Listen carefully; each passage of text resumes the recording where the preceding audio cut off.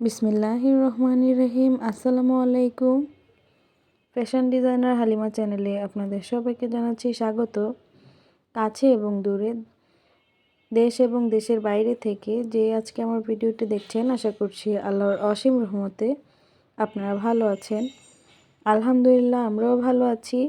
আজকে আপনাদের সাথে খুবই সুন্দর একটি বেবি ফ্রক বা বেবি টপস শেয়ার করছি, আশা করছি ভালো লাগবে। তো আজকের ভিডিওটা দেখলে আপনিও পারবেন আপনার বাচ্চার জন্য তৈরি করতে। এখানে আমি কাপড় নিয়েছি, এখন কাপড়টাকে ভাঁজ দিয়ে নিব। এখানে আমার 1 গজ পরিমাণ কাপড় আছে, এখানে আছে প্রায় আধা গজ পরিমাণ কাপড়। আমি ভিতরের যে বডির পাশটা সেটাকে এখান থেকে দিব। তো এখানে আমি প্রথমে দাগ দিয়ে নিচ্ছি 5 ইঞ্চিতে। দাগ দিয়ে তারপর কেটে নিচ্ছি। এখানে 4 ভাঁজ আছে।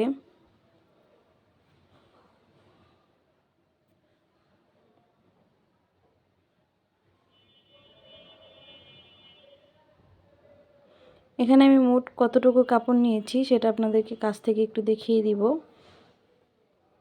এখানে আমি 12 ইঞ্চি কাপড় নিয়েছি মোট 4 ভাঁজ করে।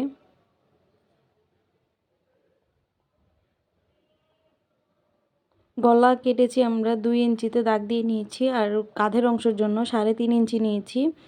আর হাতার মোহরার জন্য নিচ্ছি আমি এখানে 5 ইঞ্চি।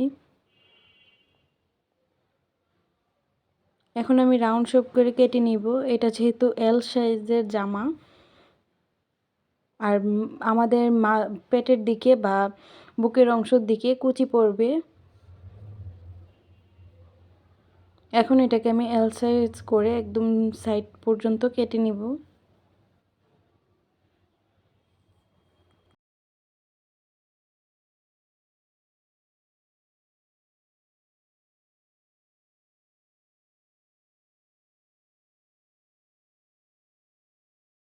আমার দাগ অনুযায়ী কাটা কমপ্লিট।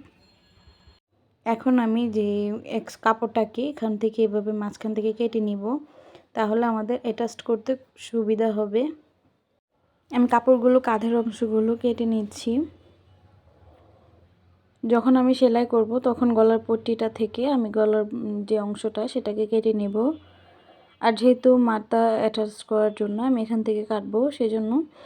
আর এখানে পট্টি আমি দুইভাবে কেটেছিলাম, তো আপনারা চাইলে কিন্তু একভাবেই ছোট করে কুচিটা দিতে পারেন, পট্টিটা কেটে নিতে পারেন।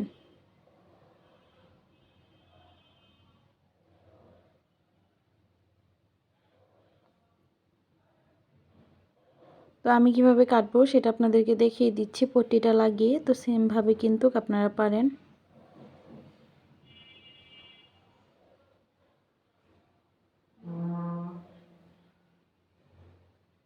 এখন আমি 2 ইঞ্চি করে দাগ দিয়ে এখানে একটু কাপড় কেটে নিচ্ছি। আপনারা চাইলে ফিতা দিতে পারেন, আমি আর ফিতাটা দেইনি। আড়াআড়িভাবে কেটে নিলে তাহলে সুন্দর হয়।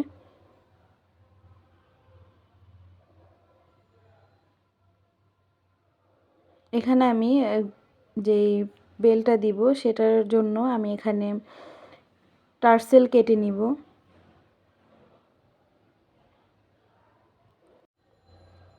যেহেতু আমি 4টা ফিতা ব্যবহার করতে চাচ্ছি, সেই জন্য আমি এখানে 4টা কাপড় টুকরা কেটে নিলাম।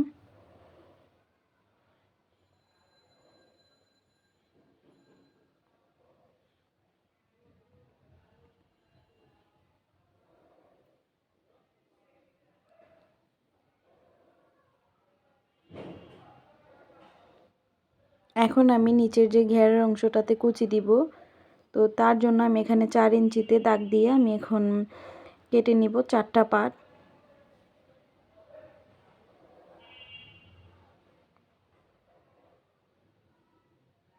আমি 2টা পার্ট ব্যবহার করব সামনের অংশতে, আর 2 পার্ট ব্যবহার করব পিছনের অংশতে।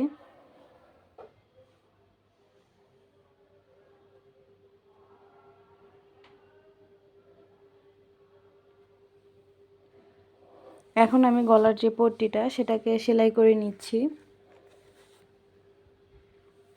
তো তার আগে যে গলার অংশগুলো এটাকে কেটে নেব।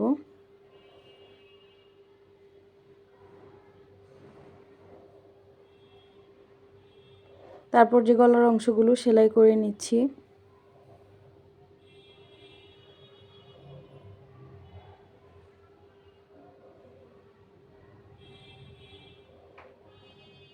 এখন এগুলোকে আমি গলার সাথে অ্যাটাচ করে নিব। তারপর ছোট ছোট কাট করে এটাকে উল্টে নিব। উল্টে নিয়ে আমি এভাবে চাপ সেলাই দিব না, হাত সুই দিয়ে সেলাইটা করব।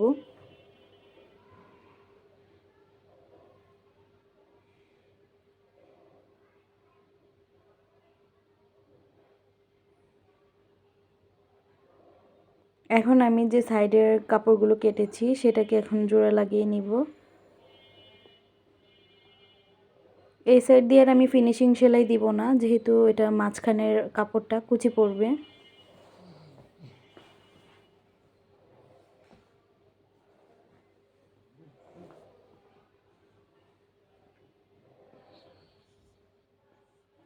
এখন আমি দোনোটা পাশ জয়েনিং করে কাঁধের অংশটাকে সেলাই করে জয়েনিং করে দিচ্ছি।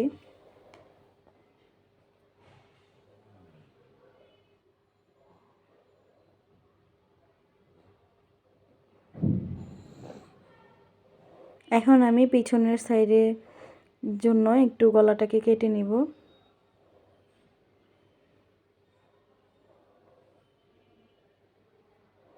তারপর এখানে পট্টি অ্যাটাচ করে নিব।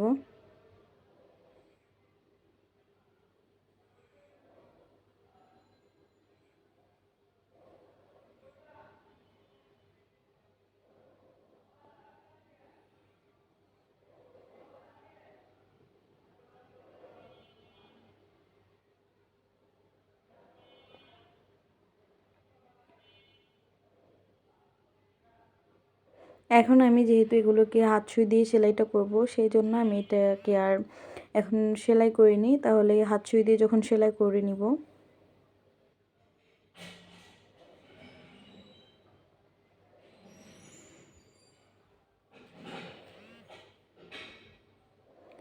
আমি কিন্তু যে কুচিটা দিয়ে দিচ্ছি, এখন 4টা কুচি দিয়েছি, পিছনেও 4টা কুচি দিব। এখন এখানে আমি কাপড় অ্যাটাচ করে নিচ্ছি যাতে সেলাইটা না দেখা যায়। সামনে পিছনে আমি সেমভাবে সেলাইটা করে নিব।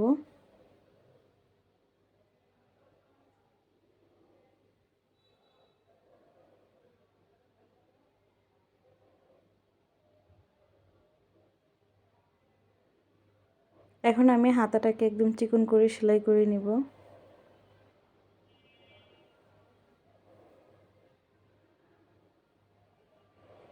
তারপর নিচের ঘেরের যে কুচিটা দিব, তো 2টা পট্টি একসাথে জোড়া লাগিয়ে এখন আমি নিচের পাশটা সেলাই করে নিচ্ছি। তারপর আমি কাপড়ের উপর রেখে জয়েনিং করে নিব।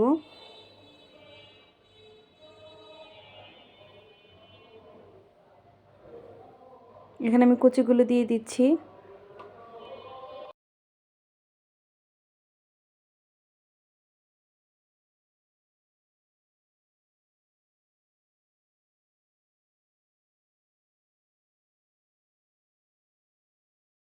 এখন আমি ফিনিশিং সেলাইটা দিয়ে দিচ্ছি।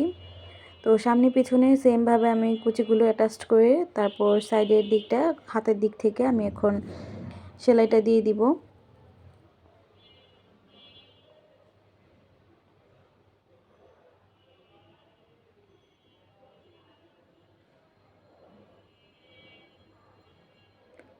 তো আজকের ভিডিওটা কেমন লাগলো সেটা অবশ্যই আমাকে কমেন্ট বক্সে জানিয়ে দিবেন।